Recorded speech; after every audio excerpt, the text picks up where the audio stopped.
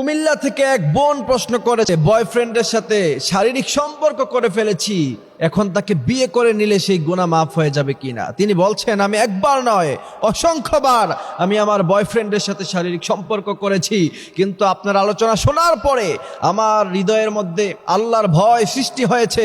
এখন হুজুর আমাকে একটু বলেন, আমি যদি আমার সেই বয়ফ্রেন্ডকে বিয়ে করে নেই তাহলে আমার সেই পাপ মুছে যাবে কিনা, আমি যে আমার বয়ফ্রেন্ডের সাথে শারীরিক সম্পর্ক করেছি সেই গুনাহ মাফ হয়ে যাবে কিনা। আমি তার এই প্রশ্নটা শোনার পরে হতভম্ব হয়ে দাঁড়িয়েছিলাম কিছুক্ষণ। কেন ইমাজিন দ্যাট, আপনি এটা কল্পনা করতে পারেন যে বিয়ের আগে অসংখ্যবার একটি মেয়ে তার বয়ফ্রেন্ডের সাথে শারীরিক সম্পর্ক করে ফেলেছে, এখন করণীয় কি? এই সমস্যা শুধু খালি ওই বোনের একার নয়, এমন হাজারো বোন আজকে তাদের ইজ্জত নষ্ট করে দিচ্ছে।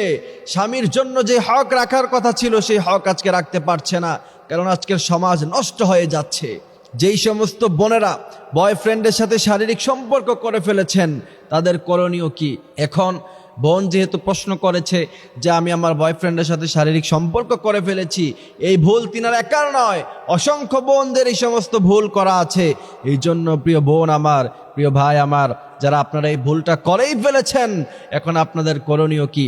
প্রথম নাম্বার করণীয় হলো, আপনারা যারা শারীরিক সম্পর্ক করে ফেলেছেন বয়ফ্রেন্ড এবং গার্লফ্রেন্ড, প্রথম নাম্বার আপনাদের কাজ হলো আপনারা চেষ্টা করবেন পারিবারিকভাবে আপনারা বসে তারপর মিটিং করে আপনারা নিজেরা সিদ্ধান্ত নেবেন আপনারা যাতে নিজেরা বিয়ে করতে পারেন।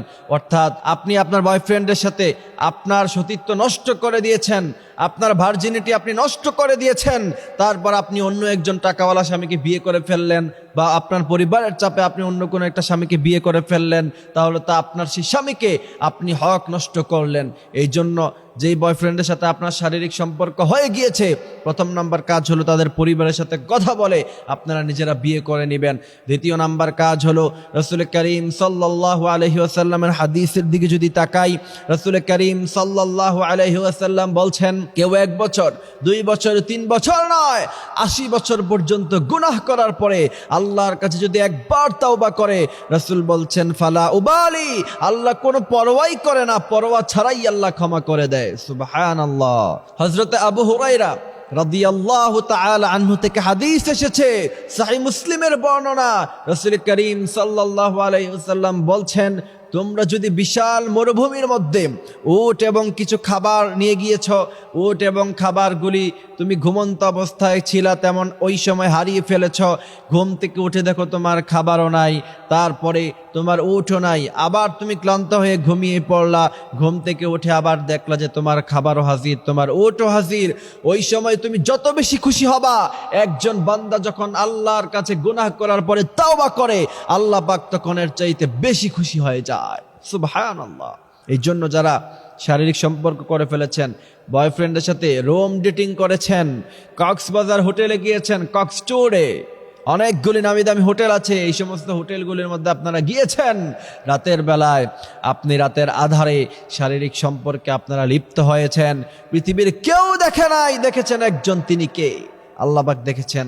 এবং কিরামান কাতিবিনা ইয়ালামুনা মা তাফআলুন, কি গুনাহ করেছেন তারা সবকিছু লিপিবদ্ধ করে রেখেছে। সুতরাং আল্লাহর কাছে ক্ষমা চান, আল্লাহর কাছে রাতের বেলা তাহাজ্জুদের নামাজ পড়েন।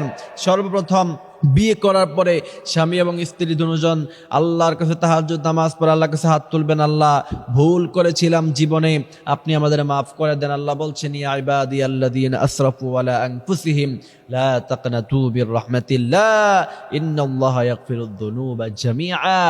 হে আমার বান্দারা, তোমরা হতাশ হয়ে পড়ো না, তোমরা নিরাশ হয়ে যাও না।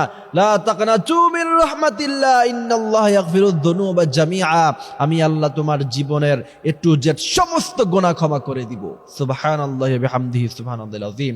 এই জন্য আল্লাহ পাক আমাদেরকে এই সমস্ত খারাপ কাজ থেকে বিরত থেকে আল্লাহর পথে চলার তৌফিক দান করুক। আমিন।